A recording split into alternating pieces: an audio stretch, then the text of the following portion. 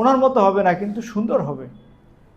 এখন এই প্রেজেন্টেশনটা আপনি কত সুন্দর করে করবেন ডিপেন্ড করবে আপনার উপরে।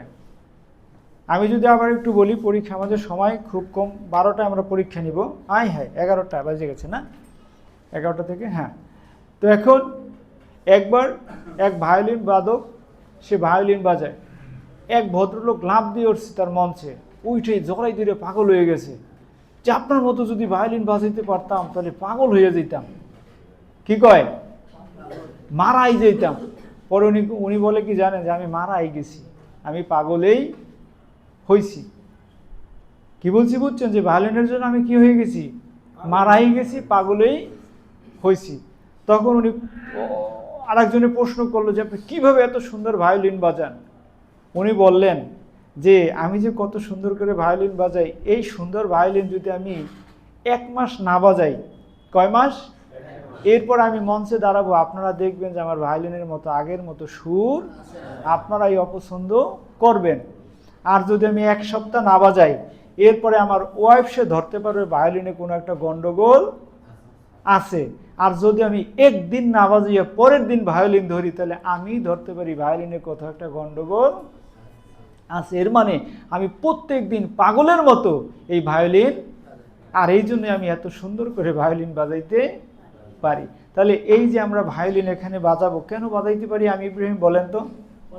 আজকে আপনারা কত মানুষ, আপনারা ওয়ান আর আমার সাথে কি বিশাল টিম, আমার সাথে প্রত্যেক দিন 5জন 7জনের সাথে কথা বলতে হয়, মানে ভায়োলিন আমি রেগুলার প্র্যাকটিস, যার কারণে আমার ভায়োলিনে আমি কথা বললে কি দাড়ি কামা দিই, মাঝে মাঝে বলেন আরও দ্রুত বলতে পারি, মাঝে মাঝে অনেক প্রোগ্রাম করি কি শ্বাস ছাড়ি না, কি 1 ঘন্টার প্রোগ্রাম আমি 20 মিনিটে করে ফেলি এবং 1 ঘন্টার কথাই বলি। কি ঠিক বলছি কিনা বলেন? মাঝে মাঝে মানে নন স্টপ কথা, এতে আমার কথা ভাবতে হয় না, আসতে থাকে। সাইলেন্ট করেন। তো যাই হোক, এখন এই ভায়োলিন আপনি যে যত বেশি বাজাবেন, সে তত সুন্দর করে বাজাতে পারবেন। আপনি বেশি বলছেন না, if you want to be attract someone you need to be attractive. কাউকে যদি অ্যাট্রাকটিভ আপনাকে করতে হয়, আপনি নিজে আগে অ্যাট্রাকটিভ হতে হবে। তো যাই হোক, সবাই খেয়াল করেন, এইভাবে করে আপনারা দেখাবেন এবং এটা পরীক্ষার খাতায় লিখবেন, পরীক্ষায় আসবে। এটা কি দেখেন, আমি দেখাই যে দেখেন, আপনি আমাদের এখানে অনেকগুলো স্কিম আছে, এর ভিতরে একটা হচ্ছে ডিপিএস, আর ইন্স্যুরেন্সের ভাষা বলে মান্থলি সেভিংস এসুরেন্স প্ল্যান, কিন্তু অনেকে মান্থলি সেভিং এসুরেন্স প্ল্যান বুঝবে না, এই জন্য বলি কি ডিপিএস। ডিপিএস এর সাথে আমরা হেবিচুয়েটেড। দেখেন, আপনি যখন ব্যাংকে আপনি 10,000 টাকার একটা ডিপিএস করবেন, মাসে 12 মাসে আপনার জমা হবে কত, 1,20,000 টাকা। আপনার 10 বছরে জমা হবে কত, 12 লাখ টাকা।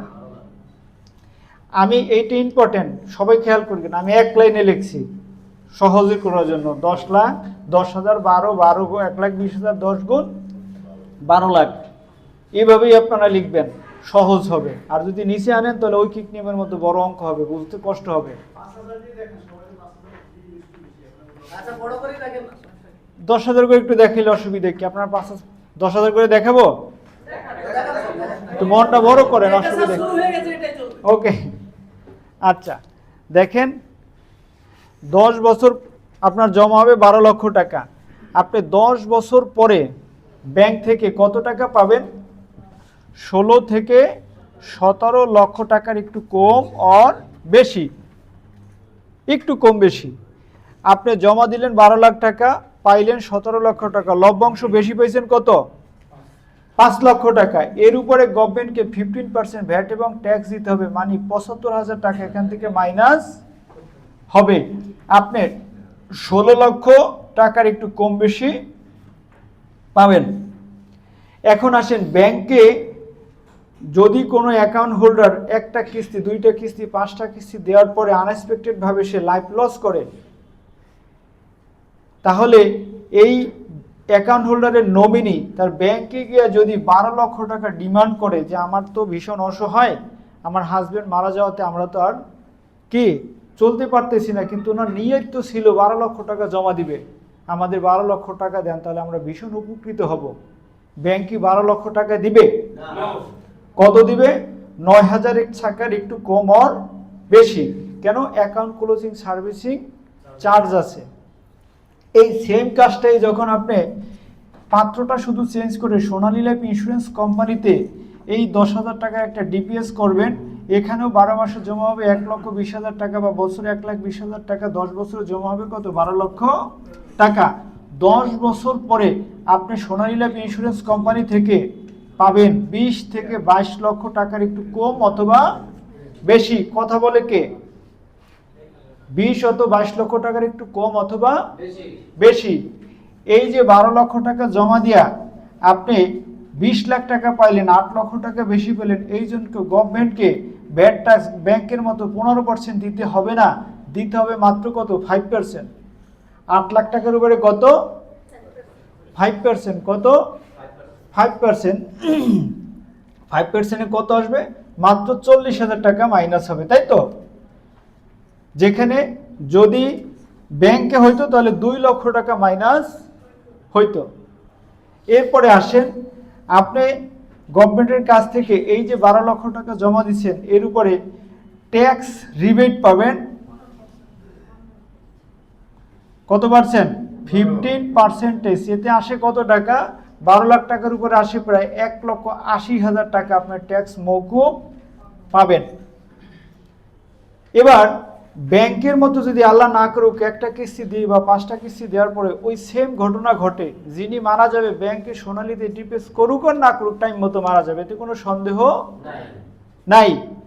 তাহলে এখানে যদি কেউ একটা কিস্তিতে আল্লাহ না করুক সে লাইফ লস করে, তাহলে তার ফ্যামিলি কত টাকা পাবে? ওই যে 12 লক্ষ টাকা জমা দিতে চাইছিল, এই 12 লক্ষ টাকাই পাবে। এখন এইখানে আমি কত পাবে? কিন্তু বিমা অঙ্ক কত? এখন শিক্ষা বিমার ক্ষেত্রে কি এর 3 গুণ পাবে না? এই জন্য এই ক্ষেত্রে আমরা এটা বলতে পারি, কেন এর চেয়ে বেশিও সে পাবে। আমি একটি ঈদগার নাটক দেখছি, ওখানে এই কথাটাই বলে। ক্লিয়ার? যে বিমা অঙ্ক অথবা এই 12 লক্ষ টাকাই সে তার নমিনি পাবে। This is called risk coverage, আর্থিক ক্ষতিপূরণ। তাহলে দেখেন, ব্যাংক থেকে লভ্যাংশ বেশি কত? 4 থেকে 5 লাখ টাকা বা 3 থেকে 4 লক্ষ টাকা।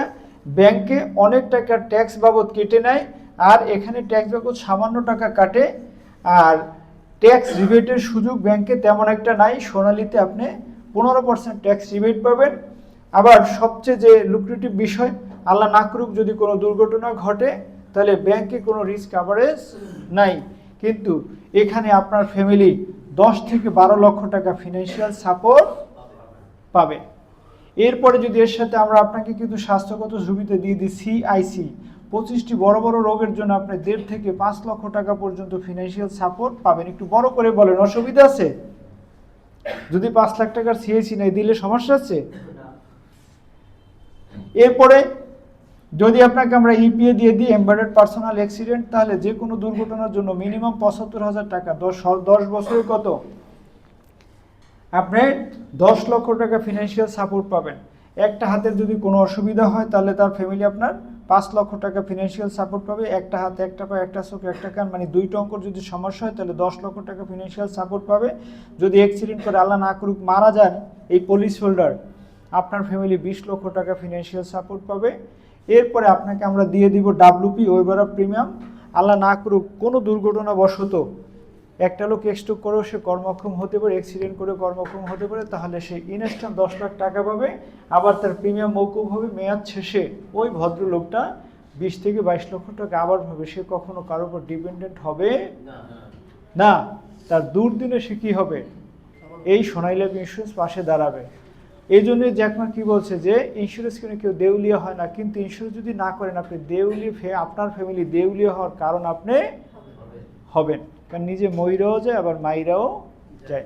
এটা কিন্তু পরীক্ষা আসবে। আমি যেইভাবে লিখছি, এই এক লাইনে লিখছি, খেয়াল করছেন?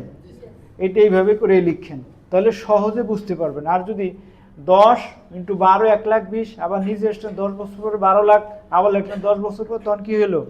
একটা অঙ্ক বড় হয়ে গেল, তখন বুঝতে কষ্ট হয়। ক্লিয়ার?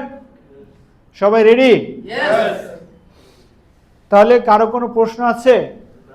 এখন আমাদের পরীক্ষা শুরু হবে, দিতে হবে। আপনার যে কমিশন আসবে তার উপরে ইনকামের উপরে 5% গভর্নমেন্টকে দিতে হবে, আর এটা আপনার ট্যাক্স রিবেটের ক্ষেত্রে কাজে আসবে। একদিকে প্রিমিয়ামের ক্ষেত্রে আমাদের ট্যাক্স রিটার্ন কাজে আসে, আবার এই ট্যাক্স দেওয়ার ক্ষেত্রে ট্যাক্স রিটার্ন কাজে